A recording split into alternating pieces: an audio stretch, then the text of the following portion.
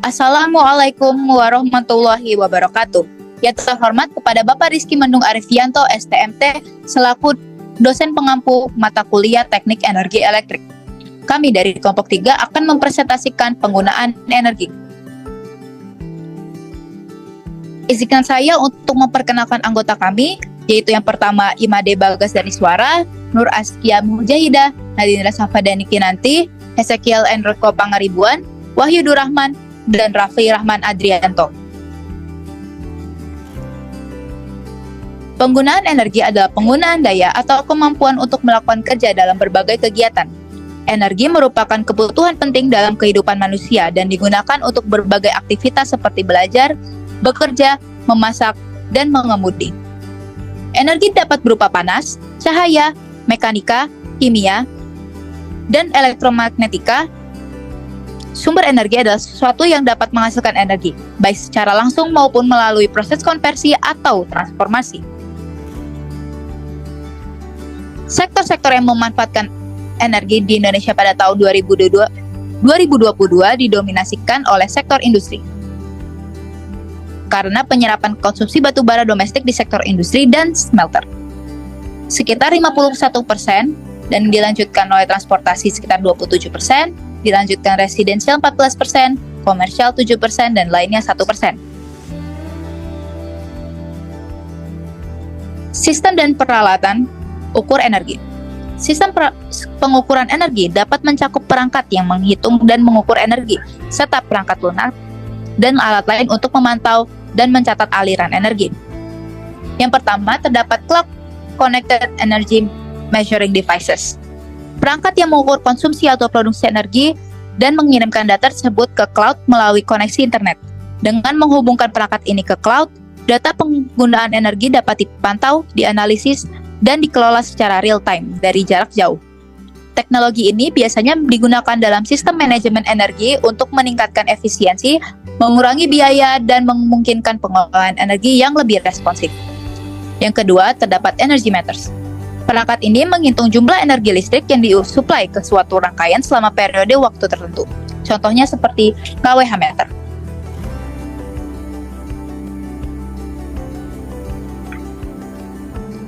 Selanjutnya, terdapat software for energy management. Perangkat lunak seperti Resma dapat merekam dan memantau aliran energi serta berintegrasi dengan teknologi otomatisasi dan kontrol lainnya. Visualization software. Perangkat lunak seperti Procon Web dapat memvisualisasi data energi. Selanjutnya adalah sistem dan peralatan ukur energi, di mana metode ini yaitu terbagi menjadi 3. Yang pertama adalah software tools, di mana software tools ini dibagi menjadi 4. Arsitektur simulator, program analisis tools, application profiling tools, system monitoring tools. Lalu yang selanjutnya adalah hardware tools, di mana dibagi menjadi 2, yaitu specialized computers dan juga power meters. Lalu yang ketiga adalah hybrid methods, di mana itu penggabungan antara software dan juga software dengan hardware.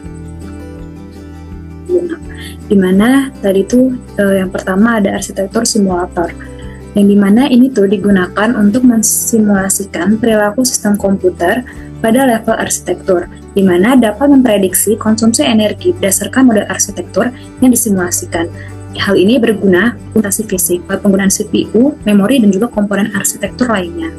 Lalu yang kedua itu program, di mana ini tuh dapat mengidentifikasi bagian kode yang mengkonsumsi energi tinggi, juga membantu optimasi kode untuk efisiensi energi, dan melakukan analisis statis maupun dinamis terhadap PowerTop Linux, Intel, dan juga.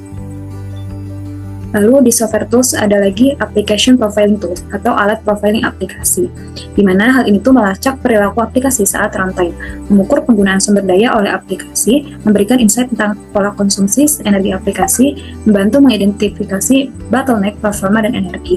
Di Perf atau Linux Performance Tool juga, di mana memantau sistem secara real-time, mengumpulkan matriks seperti CPU usage, memory usage, disk input output, memberikan gambaran penggunaan energi panjang. Di sini contohnya adalah Ganglia Monitoring System, Grafana Plus Exporter, dan juga X-Custom System Monitor. Lalu yang kedua adalah hardware tools, di mana yang pertama ini ada specialized computers atau komputer khusus. Di sini komputer yang dirancang khusus untuk pengukuran energi, lalu dilengkapi dengan sensor perangkat keras khusus, memberikan pengukuran yang lebih akurat dan juga dapat mengukur selanjutnya daya. Untuk mengukur konsumsi daya listrik secara langsung, memberikan pembacaan real time tentang penggunaan energi, dapat mengukur total konsumsi sistem, dan biasanya memiliki tingkat akurasi yang tinggi. Baik, untuk sistem dan peralatan ukur energi yang ketiga yaitu ada hybrid methods atau metode hybrid, yaitu yang pertama ada software di mana mengkombinasikan berbagai tool software menjadi satu, kemudian memberikan analisis yang lebih komprehensif dan juga memanfaatkan kelebihan dari berbagai tool-tool software tadi. Dan juga untuk contohnya misalnya itu yang digabungkan antara simulator dan juga profiler. Kemudian ada juga digunakan software dan hardware di mana menggabungkan pengukuran software dan juga hardware. Dan di sini digunakan korelasi dari data dari kedua sumber. Kemudian memberikan hasil yang lebih akurat dan juga komprehensif, dan dapat memvalidasi hasil pengukuran software dengan yang hardware.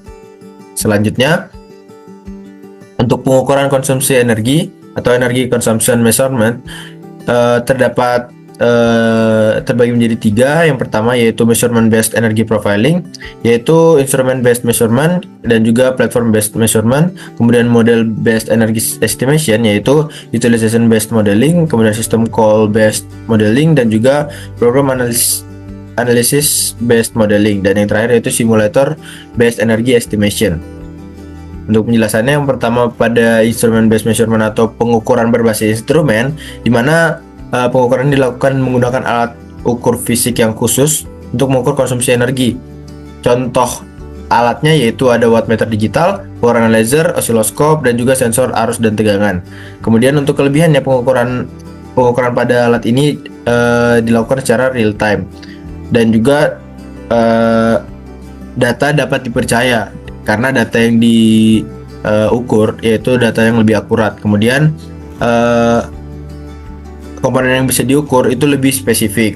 Begitu untuk kekurangannya, yaitu biaya peralatannya cenderung lebih mahal, kemudian membutuhkan keahlian khusus dan juga perlu adanya instalasi fisik. Untuk sumber energi itu sendiri merupakan sesuatu yang dapat menghasilkan energi baik secara langsung maupun melalui proses konversi atau transformasi. Selanjutnya, platform based measurement atau pengukuran berbasis platform, di mana pada pengukuran ini memanfaatkan fitur built-in dari platform atau perangkat. Untuk contohnya, terdapat sensor pada laptop, sensor baterai pada laptop, kemudian fitur monitoring energi pada prosesor, dan juga sistem management controller. Untuk kelebihannya, tidak perlu adanya peralatan tambahan dan juga mudah diimplementasikan dan terintegrasi dari sistem itu sendiri tadi. Kemudian untuk kekurangannya, terdapat akurasi yang bergantung pada platform. Kemudian juga fitur yang terbatas dari pengukuran ini. Kemudian tidak semua platform itu mendukung. Baik, pembahasan selanjutnya adalah mengenai model based energy estimation. Jadi, estimasi energi berbasis model ini adalah metode untuk memprediksi konsumsi energi dalam sistem komputasi. Jadi, dengan memanfaatkan berbagai pendekatan, metode ini tidak hanya membantu mengukur energi yang digunakan saja, tetapi juga membantu mengoptimalkan efisiensi sistem tersebut. Nah, ada beberapa metode dalam estimasi energi berbasis model ini, yaitu yang pertama, pemodelan berbasis utilisasi atau utilization based modeling. Jadi metode ini berfokus pada penggunaan sumber daya sistem seperti CPU, memori, disk, dan juga jaringan. Jadi dengan memantau pemakaian sumber daya ini, kita dapat memperkirakan energi yang dikonsumsi oleh sistem. Nah, kelebihan dari metode ini yaitu sederhana karena yang pertama dia mudah diterapkan atau diimplementasikan, dan yang kedua model ini tidak memerlukan perangkat khusus atau perangkat keras tambahan. Dan keunggulan yang terakhir yaitu real time atau memberikan estimasi energi secara langsung saat sistem beroperasi. Ada kekurangannya juga, yaitu akurasi estimasi bervariasi tergantung pada kalibrasi model. Jadi pada metode ini perlu adanya kalibrasi model. Dan kekurangan yang terakhir yaitu tidak mencakup semua aspek sistem. Nah, metode ini contoh implementasinya digunakan untuk memonitor efisiensi daya di pusat data dengan memanfaatkan data penggunaan CPU dan juga jaringan. Baik, untuk pemodelan yang kedua yaitu pemodelan berbasis system call atau system call based modeling. Jadi metode ini berfokus pada panggilan sistem yang mencakup operasi file, operasi jaringan, manajemen memori, dan interaksi perangkat keras. Nah, untuk kelebihan pada metode ini yaitu yang pertama memberikan analisis yang detail hingga level sistem operasi. Yang kedua, mampu mengidentifikasi bottleneck dalam sistem, dan yang terakhir sangat berguna untuk debugging atau proses untuk menemukan dan memperbaiki kesalahan dalam kode atau sistem perangkat lunak. Ada juga kekurangannya yaitu implementasi yang lebih kompleks dibandingkan metode selanjutnya yaitu metode sebelumnya yaitu metode berbasis utilisasi, juga dapat menambah overhead pada sistem, dan yang terakhir membutuhkan akses sistem yang lebih mendalam. Metode ini contoh implementasinya sering digunakan dalam aplikasi yang membutuhkan analisis konsumsi energi secara mendalam seperti sistem IoT atau perangkat mobile. Lalu untuk pemodelan yang ketiga yaitu pemodelan berbasis analisis program atau program analysis based modeling. Pendekatan ini menggunakan analisis terhadap kode program untuk memprediksi konsumsi energi. Faktor yang dianalisis meliputi struktur kode, kompleksitas algoritma, pola penggunaan sumber daya, dan potensi optimasi kode. Nah, untuk kelebihannya, yang pertama dia tuh bisa dilakukan sebelum program dieksekusi. Yang kedua, membantu mengoptimalkan kode sejak tahap awal, dan yang ketiga, mendeteksi masalah lebih awal dalam siklus pengembangan. Kekurangannya yang pertama bersifat teoritis, jadi perlu validasi dengan pengujian real world atau dunia nyata. Lalu tidak mencakup faktor eksternal seperti kondisi perangkat keras. Nah, untuk model ini contoh implementasinya diterapkan dalam pengembangan aplikasi hemat energi untuk perangkat yang memiliki keterbatasan daya seperti ponsel atau juga tablet. Lalu untuk pembahasan selanjutnya ini berbeda dengan sebelumnya yang berbasis model.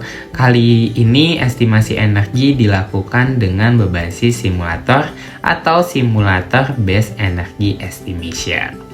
Pendekatan ini menggunakan simulator untuk memprediksi konsumsi energi berbagai komponen sistem seperti prosesor, memori, storage, jaringan, dan komponen sistem lainnya.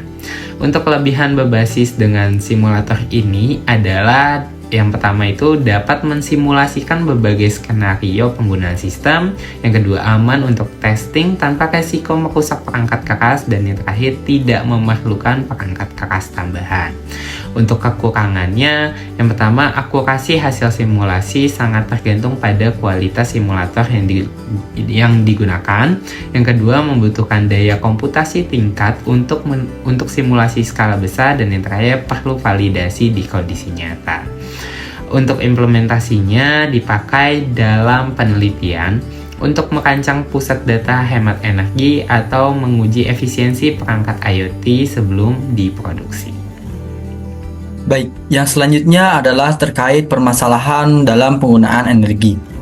Nah, permasalahan dalam penggunaan energi yang sering didapatkan yaitu ada ketergantungan pada energi fosil, kemudian dampaknya terhadap lingkungan, efisiensi energi yang rendah, dan juga krisis energi. Bagi yang pertama adalah ketergantungan pada energi fosil. Nah, sebagian besar energi di dunia itu masih berasal dari sumber energi fosil seperti minyak bumi, gas alam, dan juga batu bara. Nah, di mana energi-energi ini merupakan sumber energi yang tak terbarukan, di mana suatu saat bisa habis. Nah, selain itu, sumber energi berbasis fosil seperti minyak bumi, selain dia tidak dapat diperbaharui, itu juga riskan terhadap volatilitas harga minyak di pasar global. Nah, apalagi saat ini posisi Indonesia itu sebagai pengimpor atau net importer, sehingga risiko terhadap keuangan pemerintah ikut tinggi mengingat masih ada subsidi pada bahan bakar minyak atau BBM. Nah, dapat dilihat berarti bahwa ketergantungan pada energi fosil juga berdampak pada perekonomian, terutama yang disebutkan yaitu keuangan pemerintah. Nah, pada gambar ini dapat dilihat di mana adanya hubungan antara subsidi energi di Indonesia dan juga harga energi di dunia. Sebagai contoh, pada tahun 2021, di mana pada tahun 2021 ini terjadi peningkatan sekitar 20% dari tahun sebelumnya, yaitu tahun 2020. Di mana pada tahun 2021 harganya itu mencapai Rp 140,4 triliun rupiah.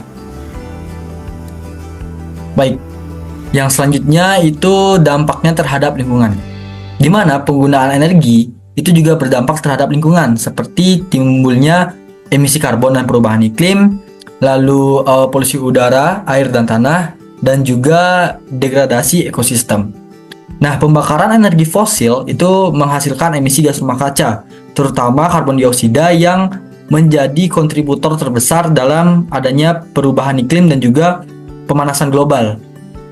Kemudian, penggunaan energi fosil itu juga menghasilkan polutan seperti sulfur dioksida, nitrogen oksida, dan partikulat yang dapat merusak kualitas udara dan berdampak pada kesehatan manusia sendiri juga. Nah, kemudian terkait degradasi ekosistem, di mana ekstraksi dan pemrosesan energi fosil itu tentunya memerlukan lahan. Nah, yang dimana sering terjadi adanya penebangan hutan atau pembakaran hutan untuk penambangan batu bara dan juga pengeboran minyak yang dapat mencemari lautan sehingga terganggunya ekosistem fauna dan flora. Nah, pada gambar ilustrasi ini dapat dilihat bagaimana berbagai sektor itu dapat mempengaruhi terjadinya polusi udara dan pencemaran tanah. Di mana pada gambar di sini dapat dilihat ada sektor dari transportasi, baik itu laut, darat, dan juga udara.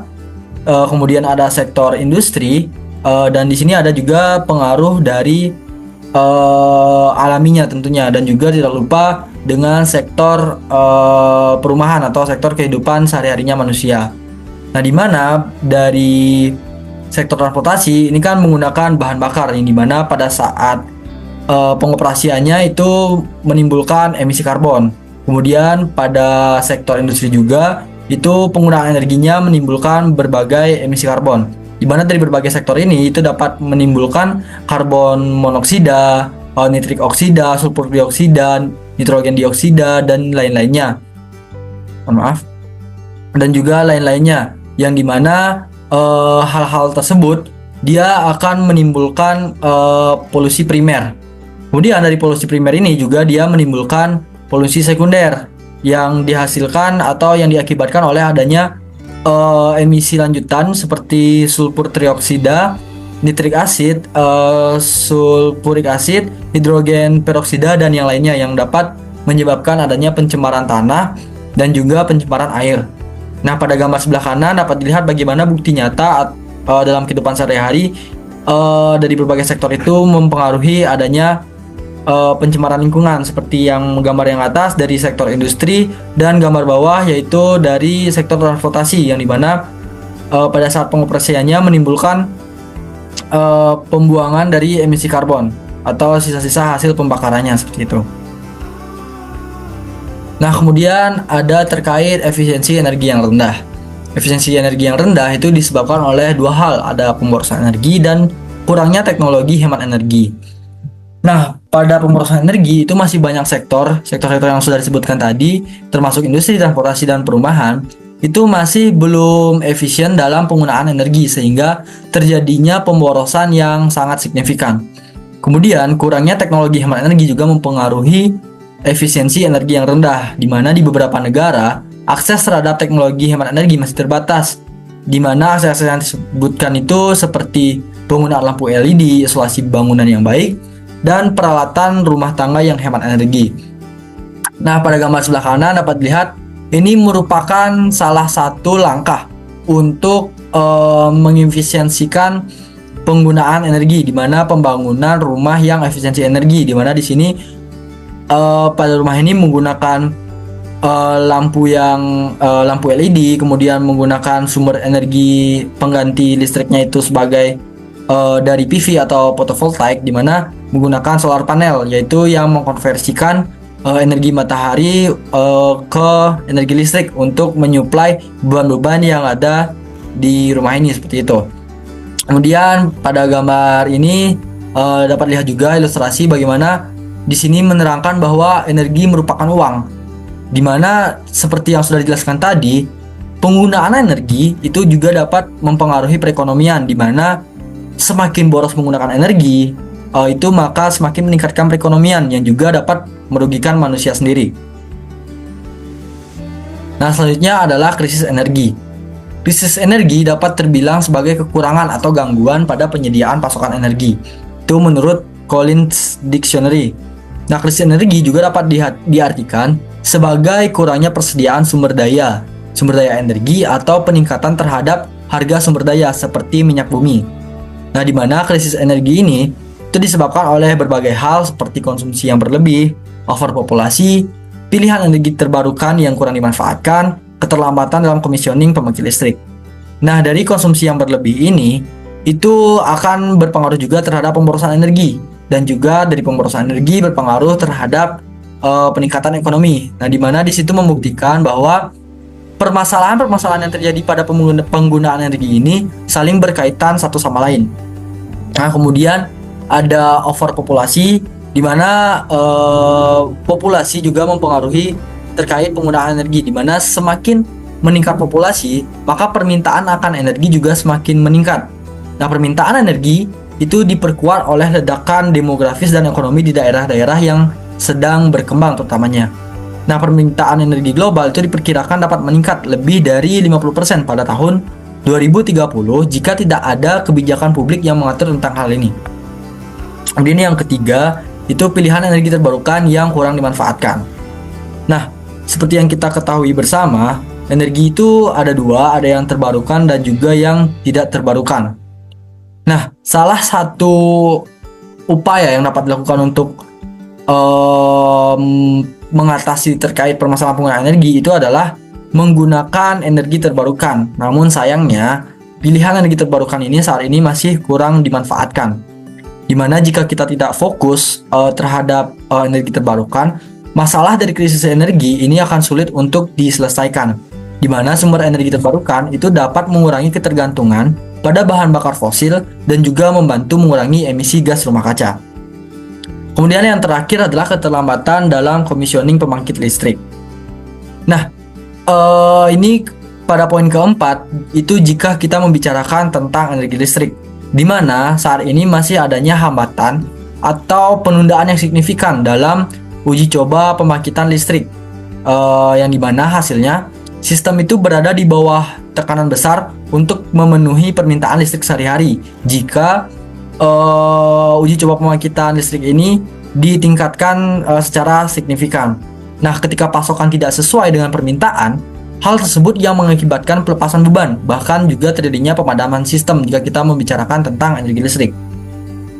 Nah, ini salah satu gambar yang merepresentasikan terkait poin keempat, di mana di sini ada ilustrasinya itu solar panel yang mengkonversikan energi matahari, di mana energi matahari merupakan termasuk energi terbarukan, di mana energi matahari maksudnya penggunaan fotovoltaik di sini atau solar panel sebagai sumber energi untuk mensuplai rumah. Jika dilihat dalam hal kecilnya, itu dapat juga mengatasi perekonomian, di mana jika kita menggunakan energi terbarukan seperti matahari, yaitu pada solar panel, itu dapat mengurangi tingkat pengeluaran ekonomi seperti itu. Yang dimana hal ini juga membuktikan bahwa hal-hal dalam penggunaan energi atau permasalahan dalam penggunaan energi itu saling terhubung satu sama lain. Baik, selanjutnya yaitu ada permasalahan energi di Indonesia. Yang pertama yaitu sumber energi sebagai sumber devisa negara. Maksudnya apa? Yaitu energi kita masih lebih banyak dimanfaatkan untuk diekspor daripada kebutuhan domestik negara kita sendiri. Penyebabnya yaitu pemanfaatan energi di dalam negeri masih belum optimal, dan yang kedua infrastruktur energi yang masih terbatas, dan yang ketiga nilai tambah dari sumber energi belum dimaksimalkan. Lalu permasalahan yang berikutnya yaitu penurunan produksi dan gejolak harga minyak dan gas atau migas. Masalahnya di sini ya maksudnya itu produksi migas atau minyak dan gas terus menurun sementara kebutuhan dari masyarakat terus meningkat. Hal ini disebabkan karena eksplorasi cadangan baru kurang optimal. Perizinan untuk pengembangan migas yang terlalu rumit, lalu fluktuasi harga migas dunia mempengaruhi kestabilan energi di negara kita. Lalu yang berikutnya ketergantungan terhadap impor BBM dan LPG. Masalahnya di sini yaitu kebutuhan energi fosil seperti BBM dan LPG semakin tinggi. Namun produksi dalam negeri kita tidak mencukupi. Nah, hal ini disebabkan kapasitas kilang pengolahan BBM di dalam negeri kita masih sangat terbatas. Dan juga produksi energi fosil menurun seiring waktu atau termasuk energi tak terbarukan. Lalu permasalahan yang keempat yaitu cadangan energi nasional. Masalahnya di sini yaitu maksudnya ketahanan energi nasional masih rentan terhadap gangguan eksternal. Hal ini disebabkan belum ada kebijakan wajib atau mandatory untuk cadangan energi strategis. Lalu yang penyebab keduanya itu cadangan penyangga energi atau CPE belum tersedia. Lalu yang ketiga ketahanan energi nasional terus menurun. Lalu permasalahan yang berikutnya itu harga energi baru terbarukan atau EBT belum kompetitif. Jadi hal ini menyebabkan EBT yang masih sulit bersaing dengan energi-energi yang sekarang digunakan di negara kita, salah satunya yang dominan yaitu energi fosil.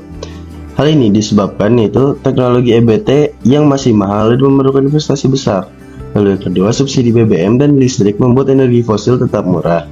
Lalu yang ketiga, dukungan subsidi untuk EBT sendiri masih belum optimal di negara kita.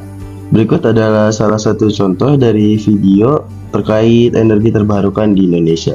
Energi baru terbarukan menjalin kekompakan untuk mencapai target kapasitas listrik terpasang 45 gigawatt pada 2025 dengan menggenjot capaian energi hijau sesuai dengan porsinya sebesar 23%. Saat ini kapasitas listrik terpasang dari pembangkit listrik hanya mencapai 7 gigawatt dan dalam 8 tahun ke depan ada 38 gigawatt yang harus tercapai. Untuk mencapai target tersebut, masyarakat energi baru terbarukan Indonesia mendorong semua stakeholder termasuk pelaku usaha untuk bersama-sama mewujudkan target tersebut dan tidak mengedepankan kepentingan yang bersifat personal. Sementara itu, untuk meningkatkan investasi di sektor energi baru terbarukan, masyarakat energi baru terbarukan Indonesia menilai ada beberapa hal yang perlu dibenahi. Di antaranya, perlu ada undang-undang yang memberikan kepastian untuk mengembangkan investasi energi baru terbarukan, serta kepastian melalui aspek legal hingga kebijakan satu pintu dalam proses perizinan investasi energi baru terbarukan.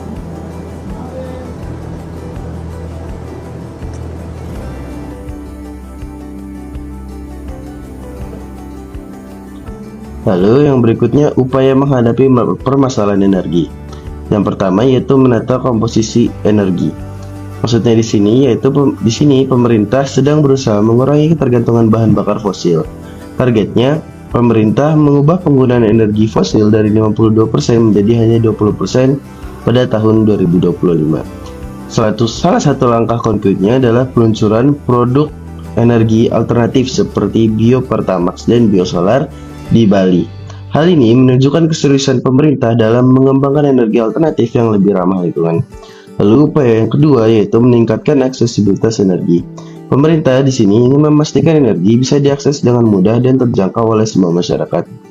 Ada 3 upaya utama yang dilakukan oleh pemerintah, yaitu yang pertama, program BBM satu harga untuk pemerataan harga BBM di seluruh wilayah Indonesia.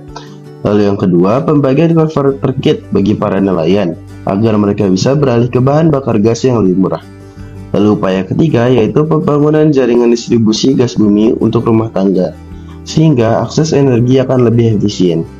Lalu upaya dalam menghadapi permasalahan energi berikutnya yaitu mengembangkan energi terbarukan.